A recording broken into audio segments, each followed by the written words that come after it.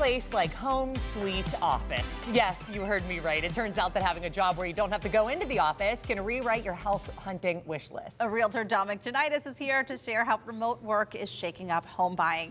Now, we do know that things have shifted a little bit. Some people are going back into the office, but a lot of people are now relying on these home offices, and it really did shape how people were looking at homes. Absolutely. It's been obviously a few years now that we've been in this mix here.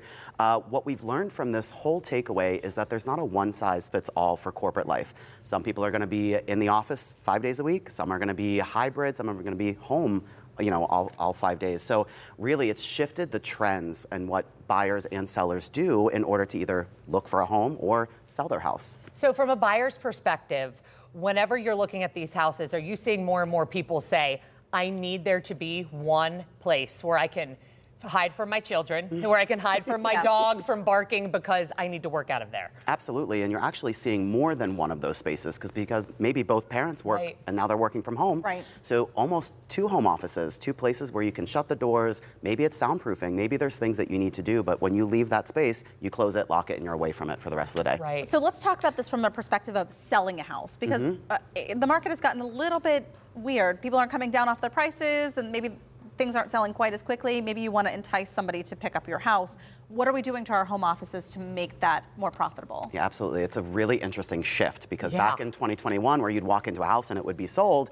you know, now I mean, some of those sellers are hanging on to that vibe from back then. And we've got to come down a little bit. But in order to do that, I've seen a lot of sellers, you know, basically change what they're staging their house for. So maybe it's not so many bedrooms and they're staging 2 rooms as offices, or they're upgrading their Wi-Fi, or they're upgrading their electrical panel from 100 amps to maybe 200, because now you've got multiple people working from home, multiple electronics, etc. Putting in privacy fences in the backyard, staging something for a fitness center now. So really interesting take on what sellers are trying to do to become competitive again. And that is completely the opposite of anything we had seen prior to. Because think about it, you were always looking for the bedrooms and bathrooms. And now it's like, I don't need more laundry and sheets to do. I need somewhere to go to answer a call, do a Zoom. It is amazing how that's all changed. Now, the people are looking right now for their dream home or maybe designing it. Does this mean that people are going to be staying in their homes longer because it's made for them? It could be. I think it's a really good question. I think time is going to tell on that. Look, people's needs shift and change all the time. They're going to grow with it. Maybe they're going to downsize whenever the kids move out, right? So, but I do think that people might be hanging on to these a little bit longer, especially with where interest rates are as well, right? So they're going to hold on to what they have. How much emphasis would you put on this if you are a seller? Given that some companies are requiring people to come back into the office a little bit more, should we be putting more emphasis on this if we're selling our home? I would. I would take a peek at what is going to be rooted in your particular neighborhood, your area, right? Maybe a school district is, you know, what's kind of driving that neighborhood. So maybe you're not putting as much emphasis because you know the school district is going to help drive.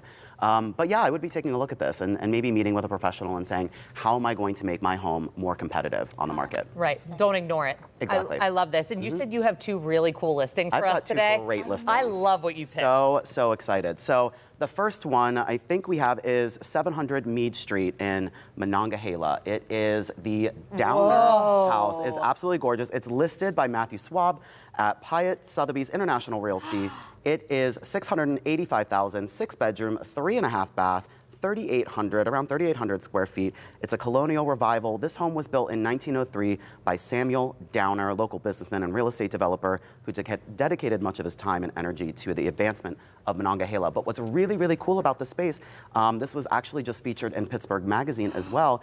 It was home to Western Pennsylvania's first African-American federal judge, Paul Simmons. So really cool piece of history. Absolutely gorgeous. When you're looking at these photos, I mean, from the wallpaper to where it sits, and you know, it's just absolutely stunning and really just a crown jewel in Monongahela. Oh my God, the backyard. This looks like Noah Calhoun built it in the Notebook. Oh my God, I love it. How romantic. Absolutely beautiful. They did a really, really nice job. How much is this listed for? $685,000. Unbelievable. You get a lot of house for that price. Sure do. Beautiful. Sure do. All right, let's talk about St. James Place in Shadyside. Yes, 700 St. James Place in Shadyside. It's West Shadyside, listed by Pia Colucci, Remax Realty Brokers. This one is listed at $2.7 million, a whopping 6 bedrooms, 5 full bath, 2 half baths, 6,000 square feet, built in 1880 and completely renovated in 2018, 2019. I mean, look at that kitchen. Oh my God. 7 fireplaces, 3-car detached garage. I mean, it is absolutely stunning. I mean, I don't cook, but I would live in that kitchen. It is absolutely beautiful. The history that's there, large room sizes, heated Oh my floor. God, the bathroom. Listen, look at bury that me tub. in the bathroom. Bury me in the bathroom. Heated floors in Heather the would live bathroom there. and the kitchen.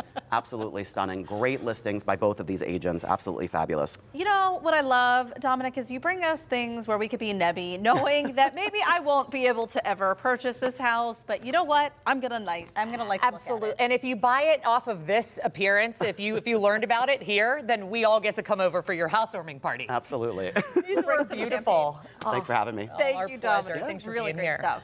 If you'd like to get in touch with Dominic for your realty needs, we'll connect you up on our website, kdk.com/talkpittsburgh. We'll be right back.